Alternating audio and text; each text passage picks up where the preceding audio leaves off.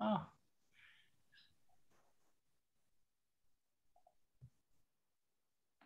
Morning, Chip. Good morning. How are you?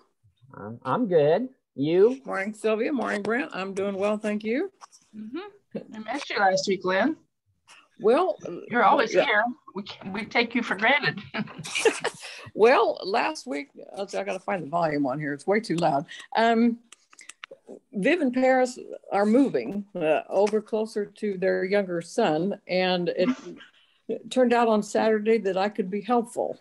And so I went over on Saturday and came back on Sunday in the middle of the snowstorm. It was not a good time to come home. So that kind of happened at the last minute. And that's why I wasn't here. Okay. Well, we missed you. Well, I missed being here too. It's kind of my usual Sunday morning routine, but. So what's their new place like? Pardon? What's their new place like? It's very nice. It's in a housing addition, which is different than what they're used to. But Paris is allergic to grass, and Viv is not physically able to mow grass. So having a very tiny yard is a good thing, actually, for them. And they're only 5 minutes away from their younger son and his kids, and they help a lot with before and after school care and things like that. So it's a good plan for them to move. But they'd lived in their old house for 37 years. So it's not been an easy thing to whittle down. Paris, I wouldn't call him a hoarder, but he is definitely a pack rat. And so getting rid of things has been a challenge for him particularly. Yeah. But they're making it work. It'll be good for them. They'll be glad they did. Got rid of all that stuff. And their boys will be glad they did too.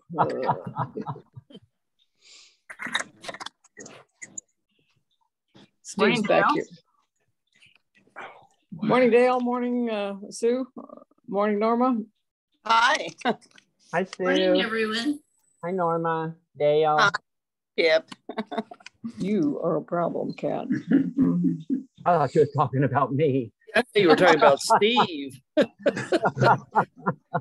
Actually, it's the cat she's talking to. I just see you lurking back there. She's a little freaked out by the noise coming out of the computer. So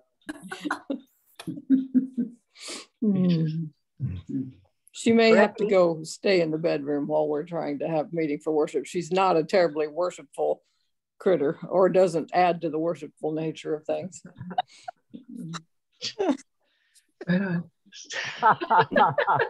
New hat you're wearing, Steve. Nice and warm.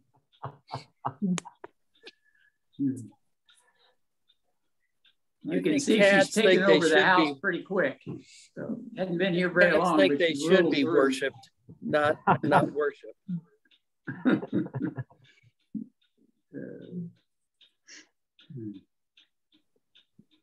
Egyptians certainly worship cats. Yeah. In a report about. I love it. She may settle down on my lap here in a little bit. I'm not sure. She may end up settling down in the other room here fairly shortly. Morning, John. Oh, good morning. Hi, Megan. Probably, yes. Been shoveling snow much, Megan? Oh man, we went out last night after it's pretty much stopped, and we did we've got the length of the lot, and then we park in off the street like this. So it's just a little ways between the back of the car and the street, but that's where all the plow stuff is. So last night we did the walk, and we were not going to do behind the cars. And Dick started edging into it, and the guy across the street came over and said, "Which car is yours?" and dug out our car. But Dick is like relentless. And so he says, "Well, you can leave this for the other people to do." And Dick says, "No, we'll do it tomorrow morning." He's 82. People upstairs are like in their 30s. So, but he's our Energizer Bunny. So the guy did the whole thing, and it was like a miracle. It was like it was like a miracle. I'm so excited. And now he's out shoveling out things that don't need to get shoveled just recreationally. And what are you going to do? But it was lovely stuff, very light, very fluffy, didn't lose power. Not quite 2 feet, I wouldn't think, but close. Wow. Wow, 2 feet. But as I say, so light, you don't really, when you're shoveling, you know the difference, right? When it gets all gross. Yeah. So we want to get it out of the way before it started to compact and get wretched. So that's what he wanted. And I go, where he goes, so goeth I.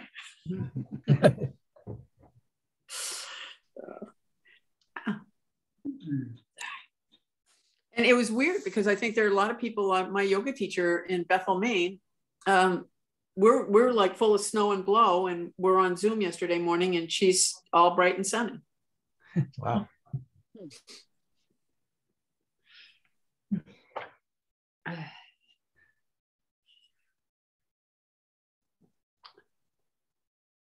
It's been so cold here that the snow we had when we arrived back in Iowa 2 weeks ago is still here.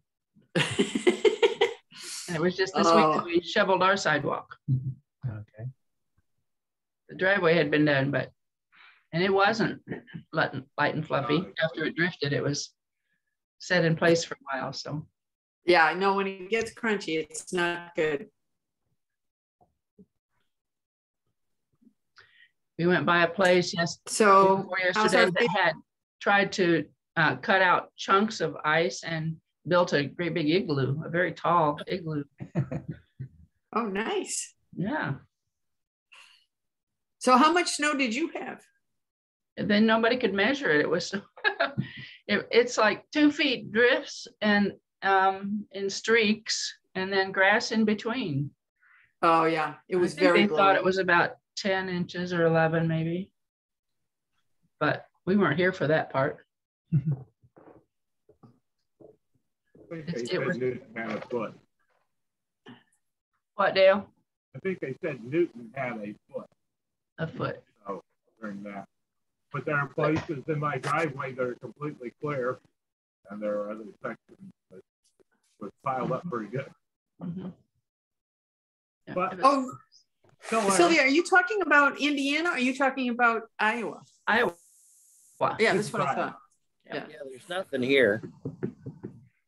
Smatterings. Well, it's been so cold, down to 17 below a couple of times, and to get back down there this week, but it's just up and down. We reached freezing finally yesterday for the highest number since we've been here, but down to it's 10 degrees now. Hi, Dave. Cold down here too. Oh yeah, 50 or something. No, it was 42 this morning. It's up to 46 now. Wow. Well, how's our favorite patient doing? Our little miracle. Oh, pretty patient. This is just down to a bandage, and it looks like it's healing fairly well. We'll know more at the PET scan on week 8, which next Tuesday is week 7. So the PET scan on week 8 will be compared to the PET scan before week 1 and see how things have progressed. The swelling is down to just little knots both places. So we'll see. Fantastic. Yeah. Good. I had been offered the monoclonal antibodies a couple of weeks ago and hedged, and then I find out that they've both been withdrawn from usage because they had no effectiveness against Omicron. Mm. So I wonder how they know if you have Omicron as opposed to anything else. Well, I don't know. The molecules look different when they drag them out of your nose, I'm sure. I don't know if they scientific computer. What scientific term? Drag them out of your nose. When the kids were little and their nose would get stuffed up, we had a bulb syringe thing that we called a snot sucker, and know, if they saw it coming, they'd be screaming, but you know, it'd suck it out of their nose so they could breathe.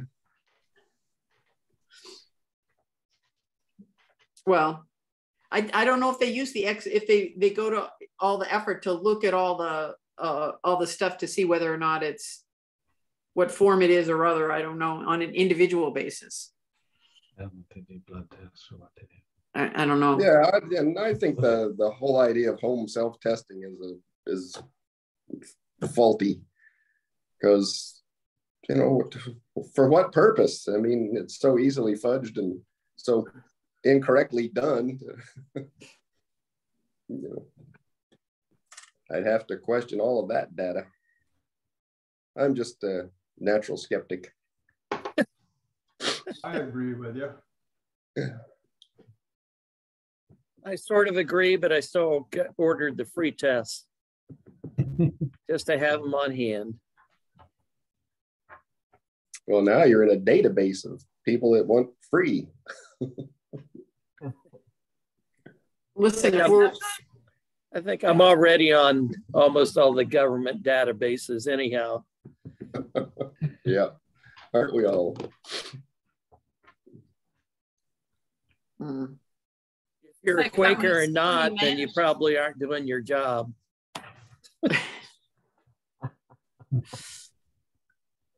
I find it very interesting that we've heard about the IRS being swamped and things are going to be slower and don't anticipate things in a hurry. And I got a letter yesterday that says somewhere in my past, I forgot to report $11.14 in interest. And so the IRS is spending their time chasing down $11.14 rather than chasing down all the fraud that happens every year. And your penalty and interest is another $28 on top of that. Well, it didn't say anything about that. It just said be sure to report it this year. Hello, Alicia. Nice to be with you. Would you like to introduce yourself, since a couple of us knew you were coming, but. Yeah, sure. My name's Alyssa Mcbride. I live in Tacoma Park, Maryland. I'm a member of Sandy's Spring Monthly Meeting, Baltimore Yearly Meeting, and I work for FCNL, and I get to visit different Quaker communities. So I'm worshiping with you all today. Wonderful. Sorry, why do you visit other Quaker communities? Is it part of your? Yeah, so my title is Director of Quaker Leadership. And so I, for the Friends Committee on National Legislation. So I, try to connect FCNL to Quakers around the country. And since everyone is back on Zoom, it's a good opportunity to get to worship with you all.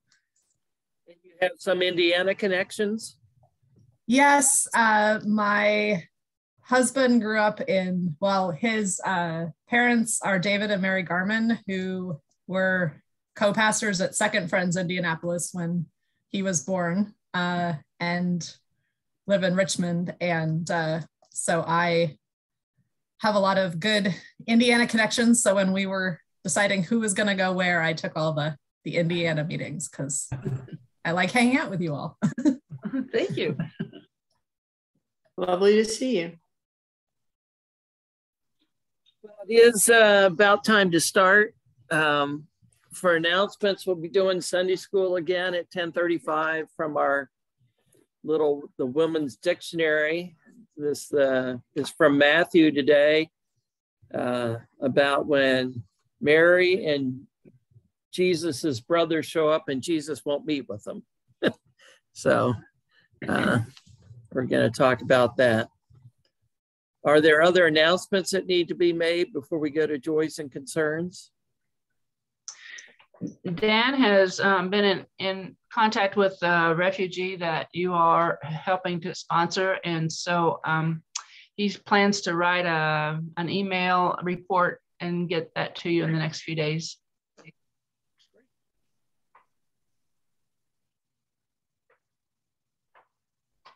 That sounds wonderful. Are there joys or concerns to share before we begin?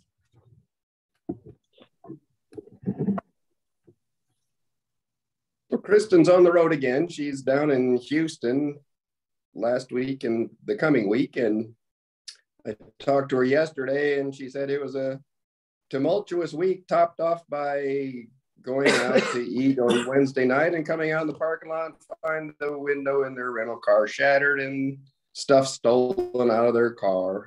So she and the other guy she's working with have had to deal with that and recovering laptops and getting back online, besides being out of town and being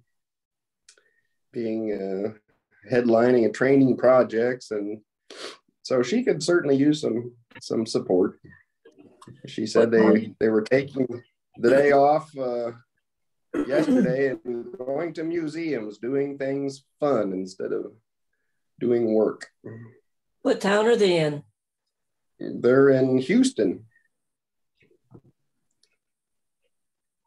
I said, well, yeah, there were some police shootings down there. She said, yeah, but we went to a basketball game the other night anyway. They went to Houston Rockets ball game.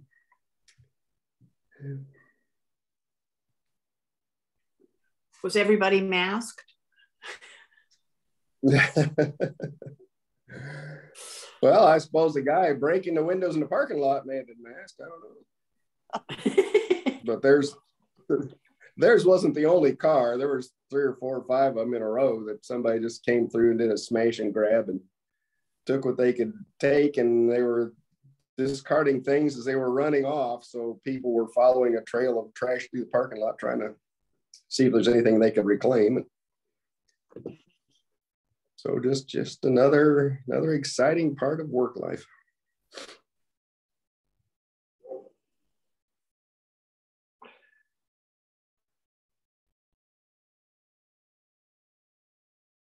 Let's hold Kristen in God's light and love.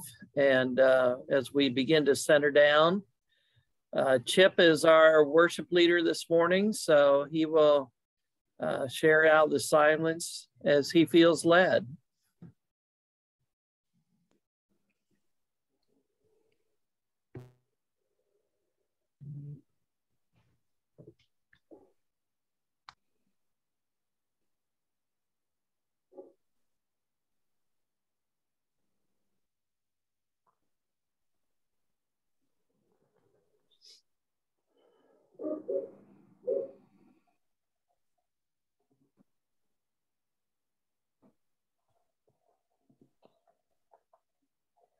In keeping with my messages, all I learned about the Bible, I learned from the movies.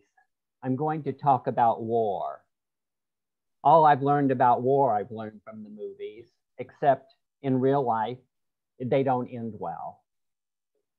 In late November, I was able to record the film called All Quiet on the Western Front. Released in 1930, it is said to be the most anti-war film ever made. It's based on a book by the same name. It's about a German youth who eagerly enters World War I, but his enthusiasm wanes as he gets a firsthand view of the horror of war. And I thought to myself, when I am asked to do my next message, I will do it about war. Not long after I recorded that film, I was able to record Edge of Darkness, released in 1943. It is a film about civilians in a small Norwegian seaside village plotting to revolt against their Nazi occupiers, and is said to be the most powerful pro-war film ever made. I must admit, it took me quite a while to watch these 2 films, as neither one of them is the kind I normally watch. I don't like battles, and I don't want to see people getting killed. So some of my favorite movies do deal with what's going on during war, but not really showing the war. For example, films like Gone with the Wind, Dr. Zhivago, Mrs. Miniver, The White Cliffs of Dover, and my all-time favorite, Courage of Lassie. Now, what I can tell you about these two recorded films is this. Edge of Darkness, the pro-war film, I was so happy to get through that film. And no, it didn't make me want to pick up arms and go off to war, but I can see why some people might have.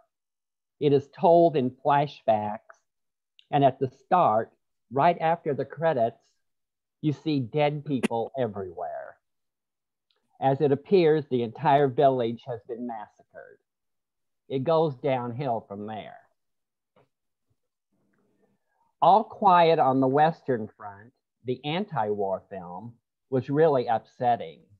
I was so happy it was not in color, as there were way too many young men that were told about the glory of fighting for the fatherland, being shot and falling into barbed wire and dying in the trenches. The end left me really sad and can see why it may have been the best anti-war film for its time. Now, in 1959, I went to see two anti-war films. I have not seen either since. I saw them at the theater, but I remember how they affected me. The two films were one, The World, the Flesh, and the Devil. The title comes from the Bible and has to do with the causes of man to fall. It's a film about a miner trapped in a cave-in.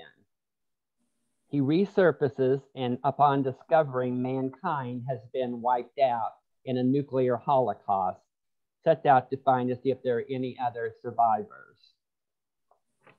And the second one, On the Beach, is about after a global nuclear war, the residents of Australia must come to terms with the fact that all life will be destroyed in a matter of months. My younger self pondered over how nuclear war could end life as I knew it. And then along came 1960 and the Cuban Missile Crisis. And so my course was set as a protester against war. And now a flashback to when I was even younger. I was 9 years old, found myself at the Indiana Theater watching the Ten Commandments. One of the many impressive scenes was when the voice of God tells Charlton Heston, "Thou shalt not kill." It was the fifth commandment of 10, and not to be done. Oh yes, and a side note, baby Moses was played by Charlton Heston's infant son, and the voice of God was Charlton Heston. Think about it. God tells you not to kill, period. Do you try to negotiate with him, or do you do what you're told? Now, when my mother and father told me not to do something, I didn't do it. I didn't ask any questions. I knew if I did, I would be punished. Now, as a child, I had a lot of trouble reading and understanding the Bible, and that hasn't changed. I enjoy studying the Bible in Sunday school and have found out a lot of things that I didn't know. As I was doing research for my message, I went online and read parts of the Bible. And being online, I found several different versions of the story of Moses, all from the Bible, but they were not all the same. Well, this one group says God didn't say kill. He meant murder. This group believes that people that say kill is to keep out of the army. They believe killing is an accident and murder is you meant to do it. My question to them would be, when you go to war and you shoot and take the life of another soldier, did you kill him or murder him? In either case, the guy's dead. Now, in the 60s, I was able to get out and join other anti-war protesters. I really spent a lot of time protesting the Vietnam War, a war we didn't win, cost the United States a lot of money, killed and wounded a lot of young Americans, killed a lot of innocent men, women, and children that lived in Vietnam, and made a lot of old white guys really rich. I also protested Desert Storm, which could have been called Indiana Jones and the search for the weapons of mass destruction. Again, this war killed Americans. No weapons of mass destruction were found. Several companies got really rich, and we didn't win. Our war in Afghanistan went on for 20 years. My son was in that one. The end of the war was the same as the others. Lots of young soldiers died, more dead civilians. The cost of the war was over the top. More companies raked in money, and yes, once again, we did not win. Now, it has always been my understanding that in both world wars, the United States was united for the good of the country. As a country, we worked together to run the country and bring peace back to the world. We all know we were anything but united now. In our government, there is no reaching across the aisle to pass bills. The country is divided about everything. Even bad information has been put out. Politicians seem to be above the law and boldly thumb their nose at the court. Parents don't want some subjects taught in school.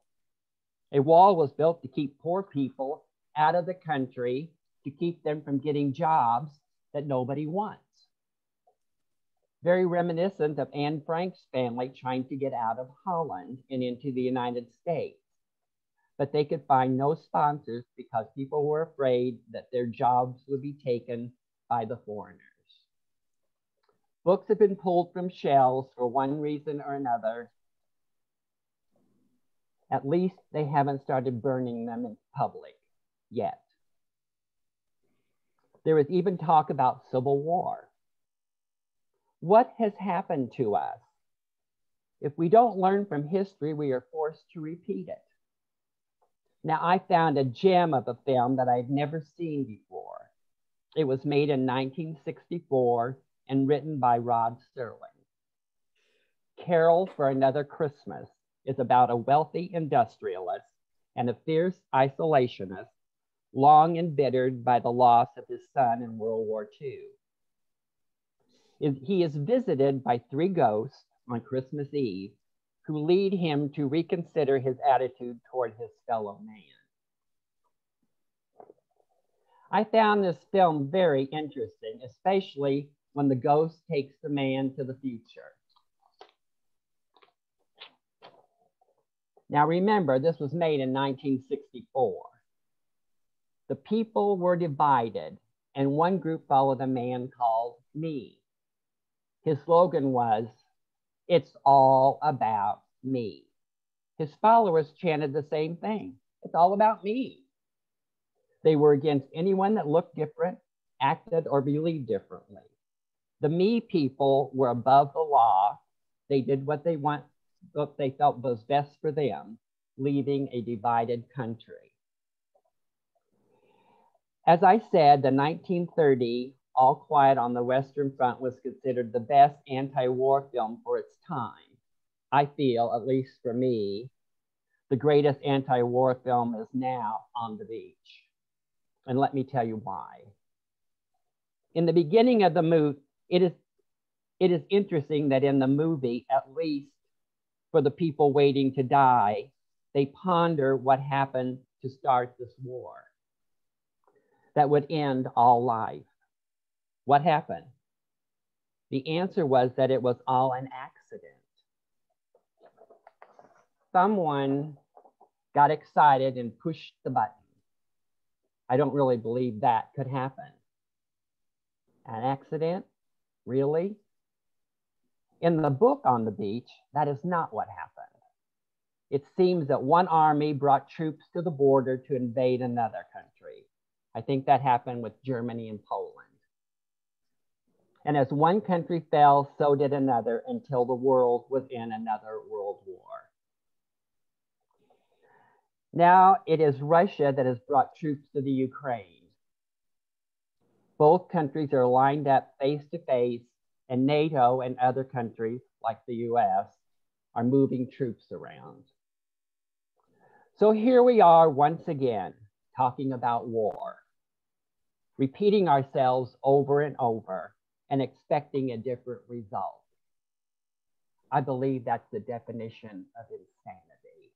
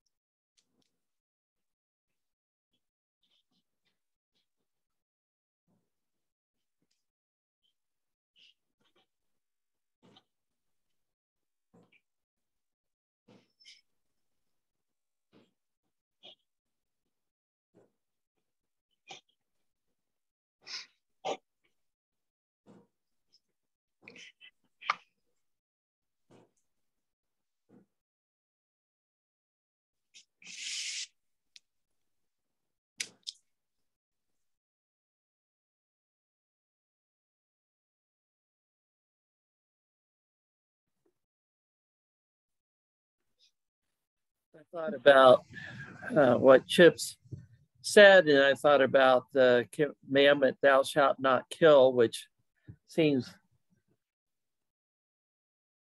pretty declarative.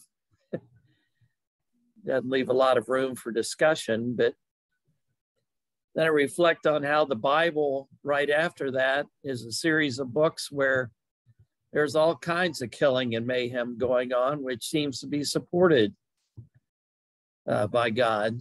Genocide, wiping out the enemies. I think it's no wonder that folks get confused.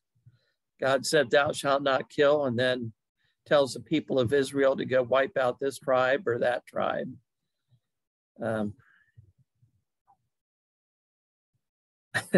I wish the Bible was just a little bit simpler. Maybe he should have stopped after the 10 Commandments and started up with the Sermon on the Mount, left everything else out. I don't know. Thomas Jefferson, of course, made his own version, anything that didn't fit with his understanding. And yet,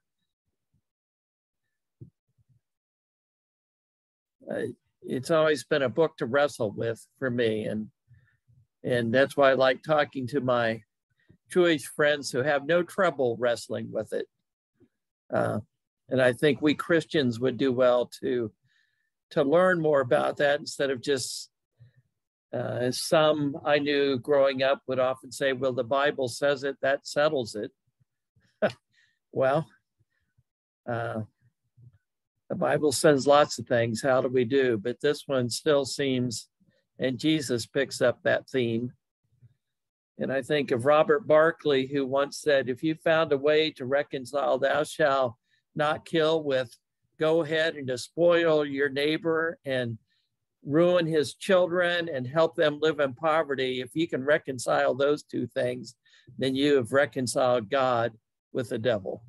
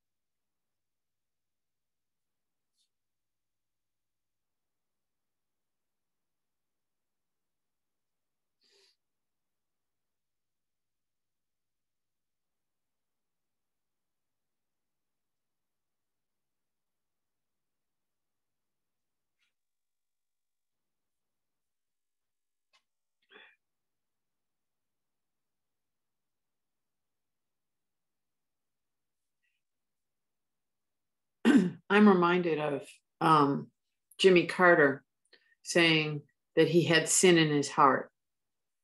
And I, because he yearned for things that he never did. And that how often I've had those moments when I thought to myself, if this person could just be obliterated,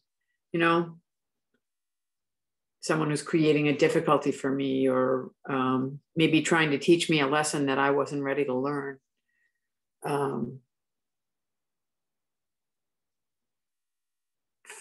For me, you know, it's important to keep my eyes on my own self and make sure that I am doing as much as I can to love my neighbor unconditionally, without exception.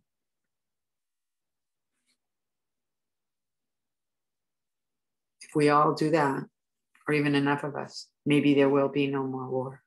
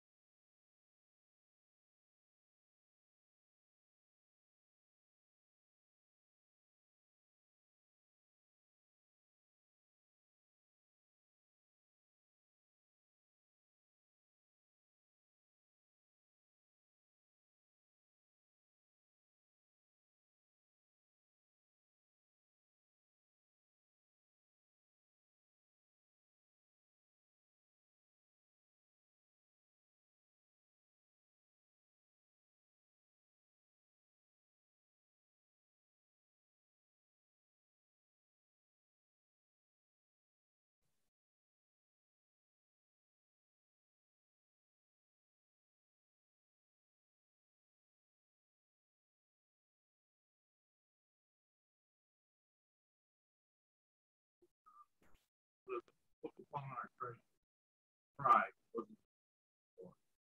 might have nourished.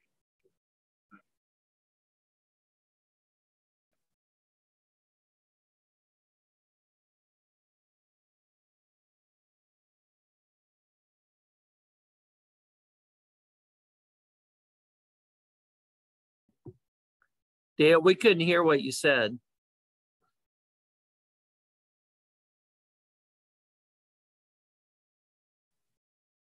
I was just quoting John Woolman. Did you hear it? Never mind. No. To quote John Woolman, let us look upon our treasures and try whether the seeds of war might have nourishment in our possession.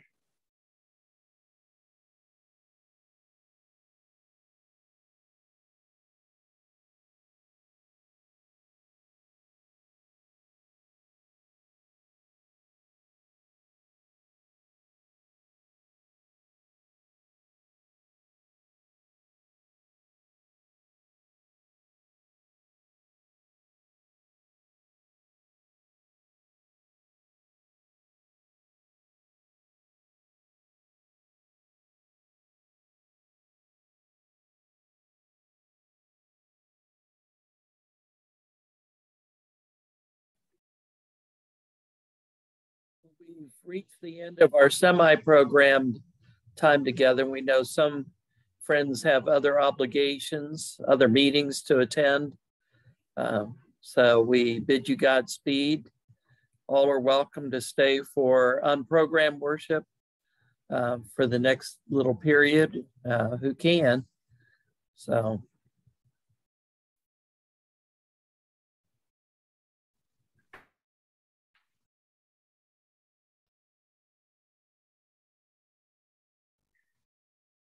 Powerful message, Chip. Thank you.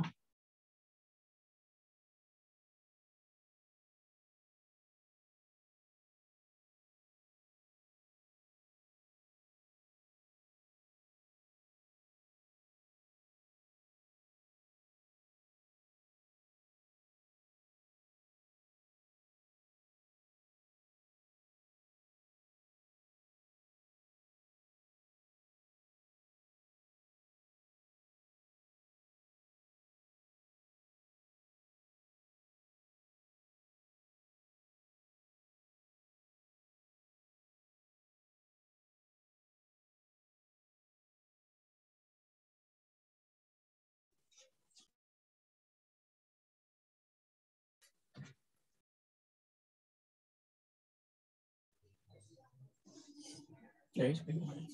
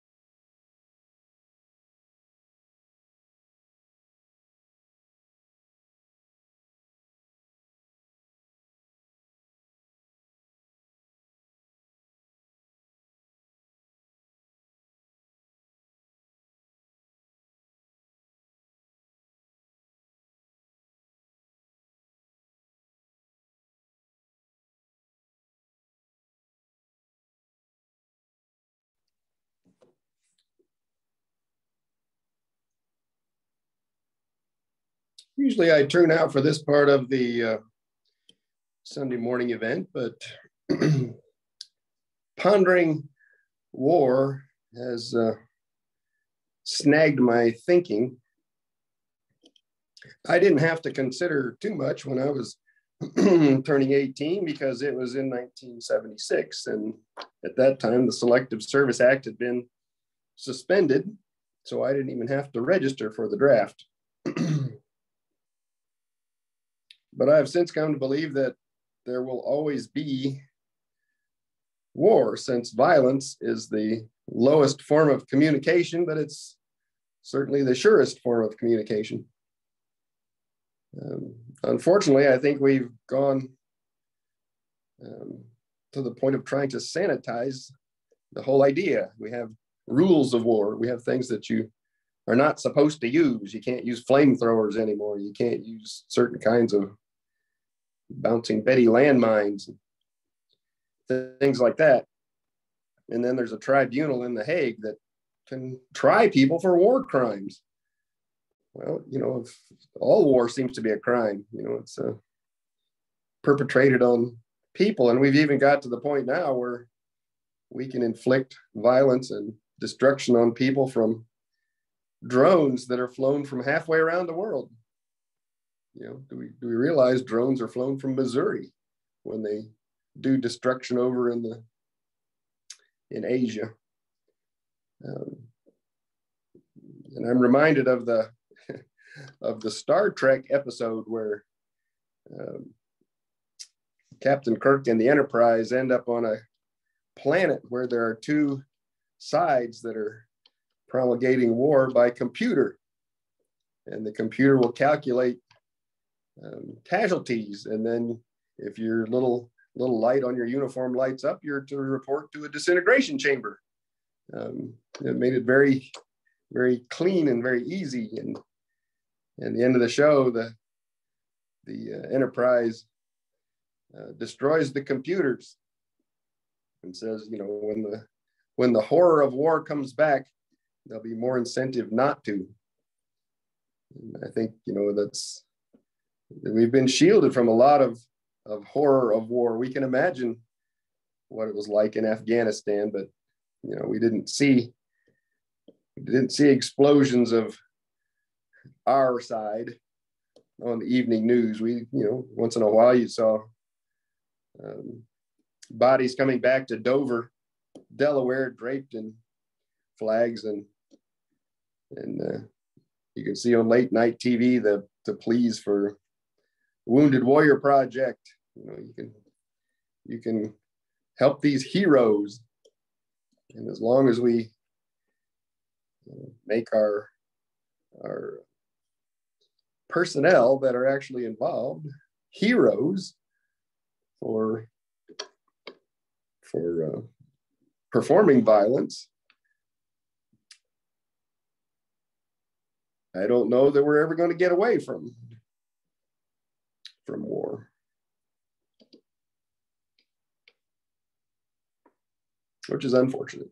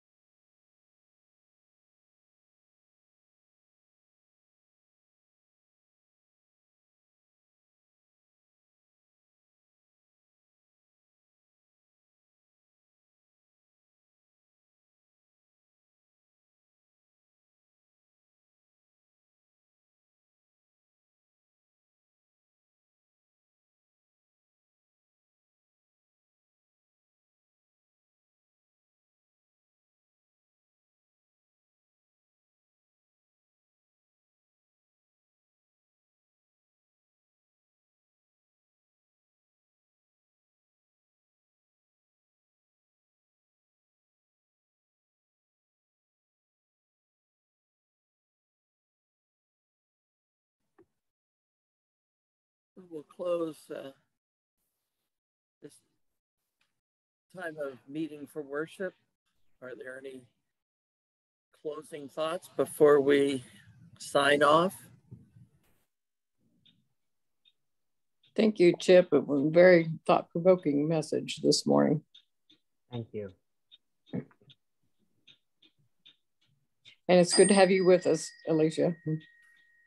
Thank you. Yeah, it's been lovely to be with you. Maybe someday in person. We'll see. I hope. That would be great. Looking forward to getting to travel and be with friends.